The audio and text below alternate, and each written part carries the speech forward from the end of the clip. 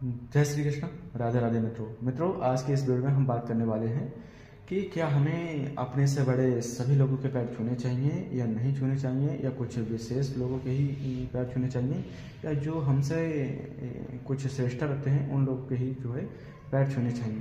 तो इस वीडियो के माध्यम से इस बात पर आज हम विचार विमर्श करेंगे।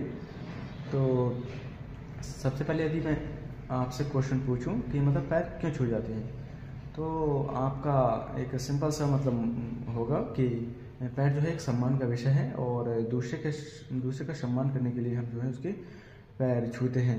परंतु ये भी एक कारण है, इसके अन्य भी बहुत सारे कारण हैं। दो लोगों के बीच एक असमंजस्य, एक व्यवहारिक संबंध को बनाने के लिए भी पैर छुए जाते हैं। और दूसरी चीज़ जो है कि हम जब भी किसी के पैर छूते हैं तो कहीं ना कहीं हम अपने मन में हमारे मस्तिष्क में ऐसा बैठा हुआ होता है कि जिसके भी हम पैर छू रहे हैं तो कहीं ना कहीं वो अपने जीवन में हमसे कुछ अधिक श्रेष्ठता अपने जीवन में रखता है, और जिसके हम पैर छू रहे हैं उसको भी मतलब लगता है कि ये मेरे पैर छू रहा है तो कहीं ना कहीं ये मुझसे कुछ कम ही अपने जीवन में श्रेष्ठता रखता है मेरी अपेक्षा।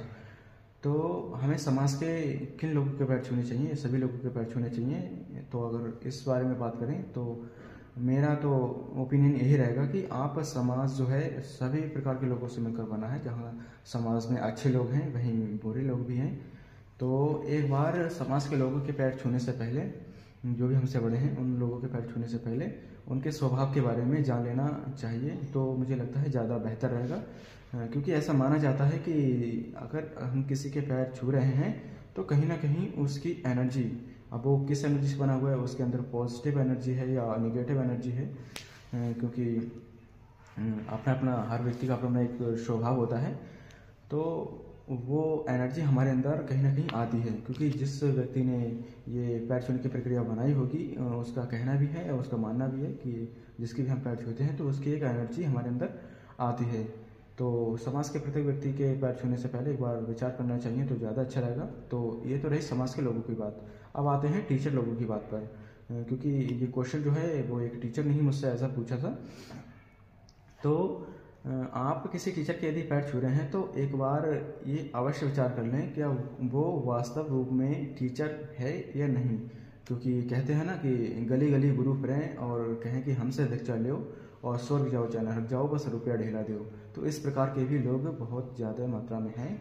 तो वो वास्तविक रूप में गुरु है या नहीं है, शिक्षक है नहीं है, तो इसके बारे में भी थोड़ा विचार कर लेना चाहिए। तो हम बात करते हैं शिक्षक होने के लिए सबसे पहले क्या ज़रूरी होता है। तो सिंपल सी बात है, आप कहोगे शिक्षक बनने के लिए सबसे पहले उसके अंदर शिक्षा होनी चाहिए, विद्या होनी चाहिए। तो सबसे पहले हम विद्या का जो अर्थ है या विद्या क्या होती है, इसका क्या उद्देश्य है, इसके बारे में चर्चा करते हैं। जो शिक्षा है तो उसका उद्देश्य है किसी के बारे में नॉलेज गेन करना, मेरे अनुसार। तो आपके अनुसार और भी कुछ तथ्य हो सकते हैं, परंतु मेरे अनुसार जो है वो ही है शिक्षा का मतलब, किसी के बारे में नॉलेज गेन करना। और ऐसा एक शिक्षक बनने के लिए शिक्षा सबसे ज़रूरी है। और शिक्षा के यदि उद्देश्य की बात करें हम तो शिक्षा हमें सिखाती है। एक पुस्तक है, इसमें मैं पढ़ के बताता हूँ कि एक संस्कृत, जब श्री कृष्ण जी उनको अर्जुन को उपदेश देते हैं तो उसी से ये लिया गया है दोहा कि सा विद्या या विमुक्तते, अर्थात विद्या वह है जो मुक्ति प्रदान करे। विद्या के मुक्ति प्रदायित्व होने में ही सार्थकता है। यह मुक्ति मात्र सांसारिक बंधनों से मुक्ति नहीं है, बल्कि संसार में रहते हुए अज्ञान, रोग, शोक, ईर्षा, दोष, छल, कपट, हिंसा, घृणा, निर्भरता, पर निर्भरता और निराशा इत्यादि समस्त दोषों से मुक्ति हमें शिक्षा ही दिलाती है। तो एज आ एक टीचर बनने के लिए शिक्षा जरूरी होती है। तो जिसने भी शिक्षा या नॉलेज गेन की है वो एक टीचर बन गया है, तो क्या उसने अपने अंदर, अपने व्यक्तित्व के अंदर ये परिवर्तन किए हैं? क्या वो अज्ञान से मुक्त हुआ है? क्या वो शोक, ईर्षा, छल, कपट, जैसे कि अभी धर्म, जातिवाद वगैरह बहुत सारी चीज़ें चल रही हैं, तो क्या वो इनसे ऊपर उठकर जीता है? कहीं ना कहीं शिक्षा जो है एक हम शिक्षा आजकल इसीलिए लेते हैं कि हम समाज का एक व्यवहारिक चीज़ें जो हैं उनसे कोई कहीं ना कहीं ऊपर उठ के जीने लगते हैं। तो क्या एक टीचर इन चीज़ों को मानता है, इन चीज़ों से ऊपर उठकर जीता है? यहाँ पर दो शब्द आए हैं, एक है विद्या और एक है शिक्षा। तो मेरे लिए तो ये दोनों शब्द अलग अलग हैं, आपके लिए एक हो सकते हैं। मेरा मानना यह है कि विद्या जो है अपने आप में एक पूर्ण है और शिक्षा जो है वो अपने आप में एक अपूर्ण है। जैसे कि उदाहरण के लिए अगर मैं कहूँ, शादी के पहले यदि कोई प्रेम प्रसंग करता है तो उसे अपूर्ण माना जाता है, और जो शादी के बाद प्रेम प्रसंग करता है तो उसे पूर्ण माना जाता है। खैर वो हमारा टॉपिक नहीं है। तो एज आ एक टीचर के अंदर मैं ये सारी चीज़ें क्यों देखूं, या फिर वो टीचर भी मतलब कह सकता है कि मैं ये इतनी सारी चीज़ें अपने अंदर क्यों धारण करूं।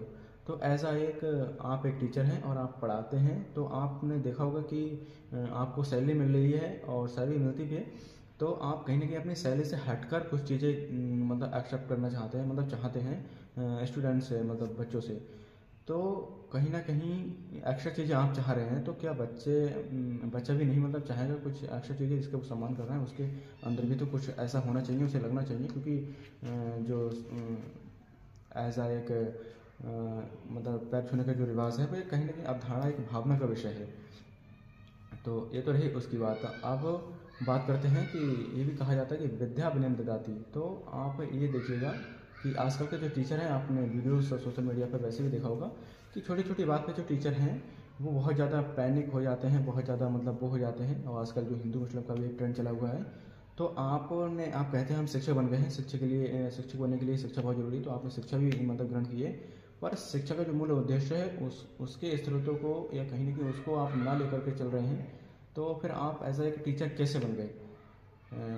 जैसे कि आपने स्कूलों में देखा होगा कि एक कम्युनिटी का टीचर है और दूसरी कम्युनिटी के मतलब बच्चे हैं। ऐसा अगर एक हिंदू टीचर है और मुस्लिम बच्चे हैं, तो वो उनके त्योहारों पे या कुछ चीज़ें होती हैं, मतलब जो वास्तविक ज्ञान है वो नहीं देता है। और मतलब जैसे कि उनके त्यौहार आ गए तो मतलब विश नहीं करता है, या फिर मुस्लिम टीचर है तो हिंदू बच्चे तो वो उन्हें विश नहीं करता है। तो आप जाति धर्म में ईर्ष्या दोष इन सारी चीज़ों से ऊपर उठकर जी नहीं पा रहे हैं। तो मैं कैसे ये बात समझ लूँ कि आपने शिक्षा प्राप्त की है और शिक्षा के जरिए आप जो है एक टीचर बन गए हैं, जब आप अपने आप में ही पूर्ण नहीं हैं एक प्रकार से। तो फिर ये सारी चीज़ें क्यों आप मतलब गेन करना चाहते हैं। और जो पैर छूने की रही बात, तो एक भावना का विषय है, और यदि हमको लगेगा या दूसरे व्यक्ति को लगेगा कि वाकई में वो पैर छूने के लायक है, तो वास्तव में वो आपका सम्मान करेगा। तो खैर आज की वीडियो में इतना ही, और आप इस वीडियो के बारे में क्या कहना चाहेंगे कमेंट बॉक्स में ज़रूर बताइएगा।